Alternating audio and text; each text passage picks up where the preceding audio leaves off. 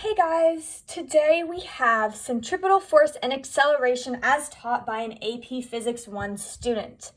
So I think we should just jump right in. Let's go. This should be a not super hard unit as long as you grasp the concepts, and I think we will do great.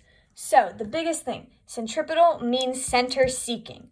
So we're talking about movement in a circle where if it's centripetal, that means it's going towards the center. So centripetal acceleration is acceleration towards the center. Centripetal force is force towards the center. Basically, just know centripetal means center seeking. That is the first main thing.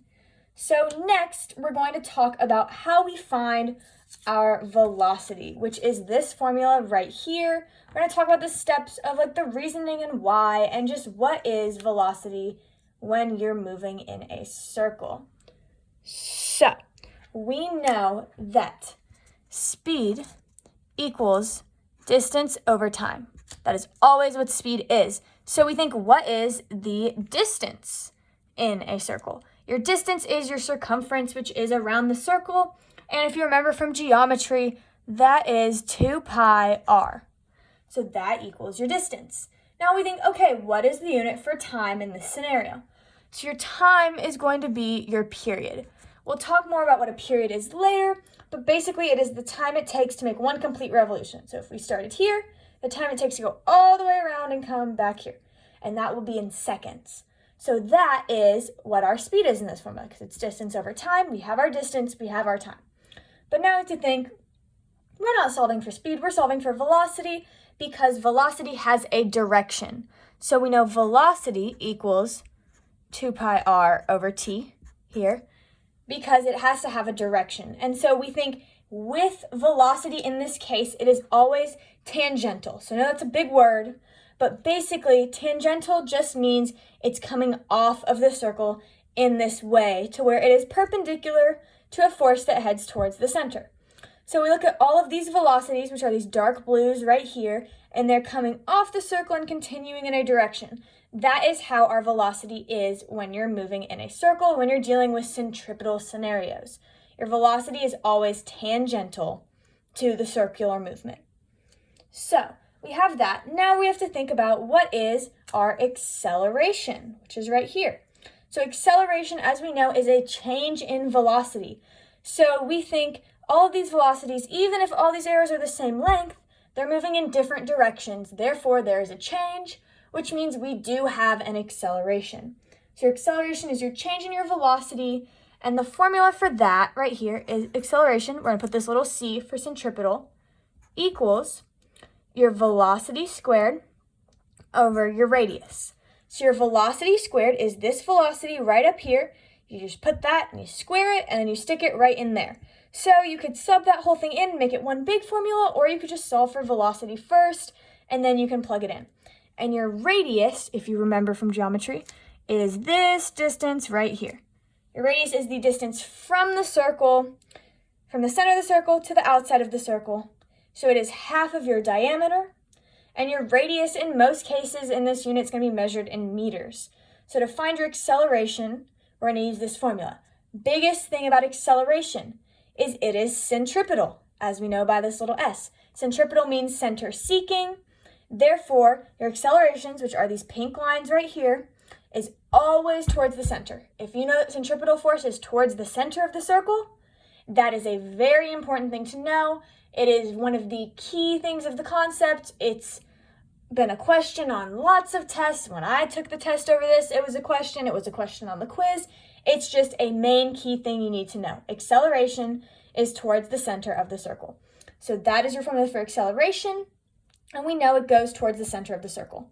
Next thing we have is that centripetal force. So we have our centripetal force, and we know centripetal force equals your net force. Now, we don't really need to know that right now, but it's going to make a little more sense later.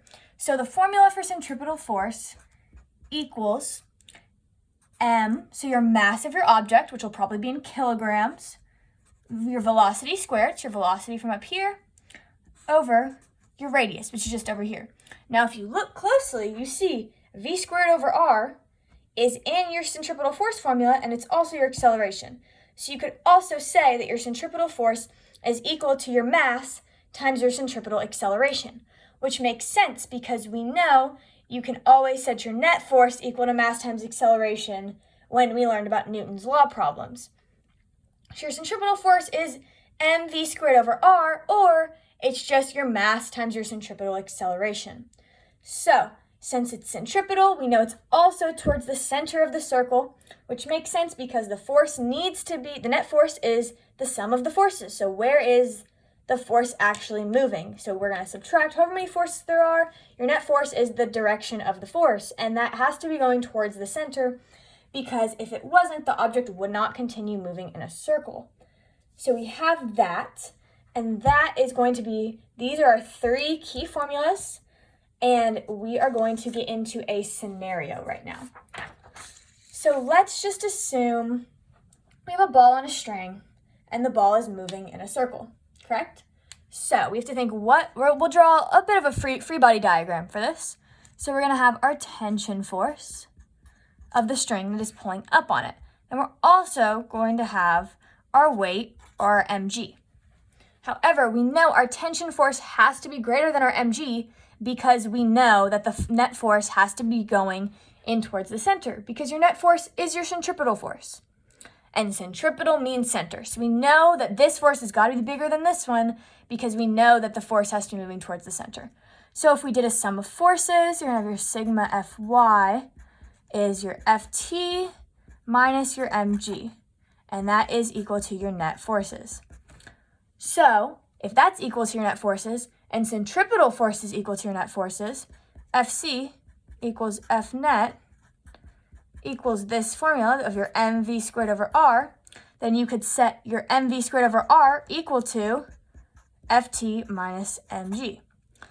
So that's just thinking, what does the net force have to do with it? That just means this is your net force right here, and you can set it equal to this formula in that scenario. So you think the ball's going in a circle, your velocity is going to be going tangent, your acceleration is going to be going up this way, and so is your tension force and your centripetal force.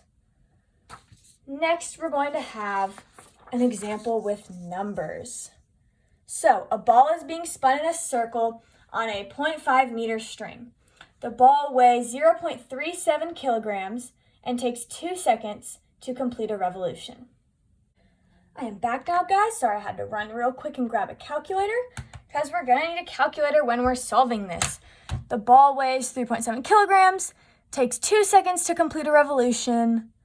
So let's draw this over here. So we know that the mass of this is 1.37 kilograms. The radius, which is the length of the string, 0.5 meters. And let's just write it up here. Our period equals 2 seconds. So first, we're going to solve for velocity. Velocity formula. We'll put it right here so we can write it down. Velocity equals 2 pi r over t. So we have our 2, we have our pi, our r. What is our r here? Our r is going to be the length of the string because that's your radius. So 0.5 meters. Then we have our t, which is our period, which we know is 2 seconds. So we have that. We're going to plug it into the calculator real quick. 2 pi times 0.5 over 2. So we plug that in. That gives us 1.57.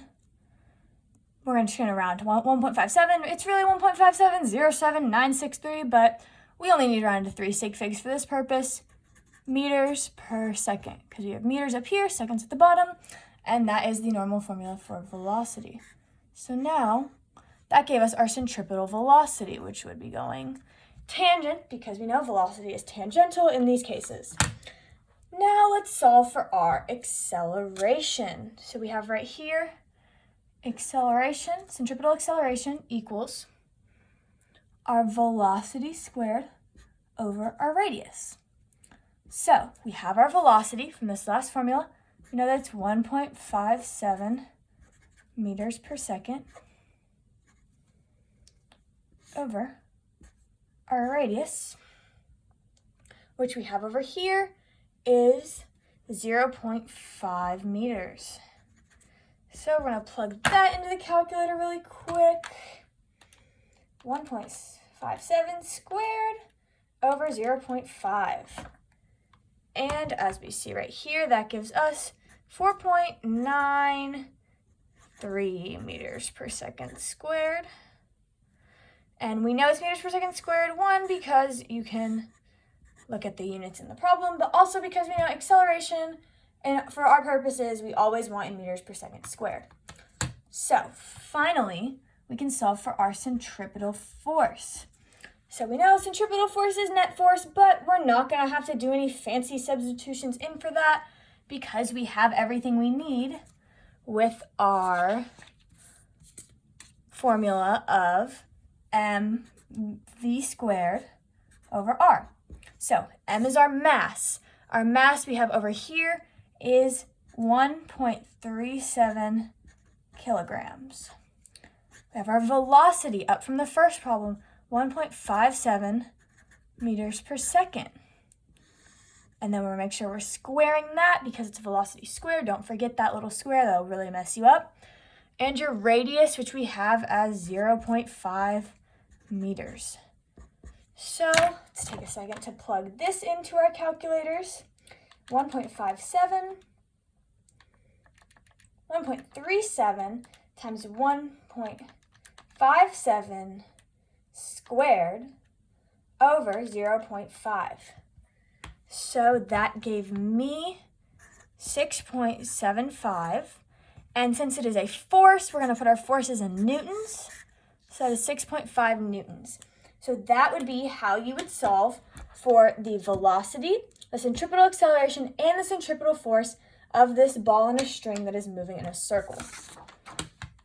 Now we're just going to recap really quick the main key points of this unit. Centripetal means center seeking, always going towards the center. So if anything's centripetal, we know towards the center. We can immediately think that, and it gives you a better grasp of the concept. You're going to do better if you draw it out and can make this in your brain. Your velocity is tangential to the circle, so it's going off of the circle as so. Your formula for velocity is 2 pi times your radius over your period. Acceleration is centripetal, so always towards the center. And we know that its formula is velocity squared over your radius. Then we know centripetal force is equal to your net force, and it's towards the center because it's centripetal. And we know the formula is mass times velocity squared over r because that is mass times centripetal acceleration. Then we know t is your period, which is the time it takes to complete one whole revolution. We have that in seconds. And 1 over your frequency is equal to your period. Finally, we want to remember that your centripetal force is proportional to your acceleration. So if one increases, the other will increase. That's all we have for you today. Just make sure you remember the 3 key formulas and know what direction things are going, that velocity is tangential, that acceleration's centripetal, and you should be good to go. Everyone have a great day and do some physics.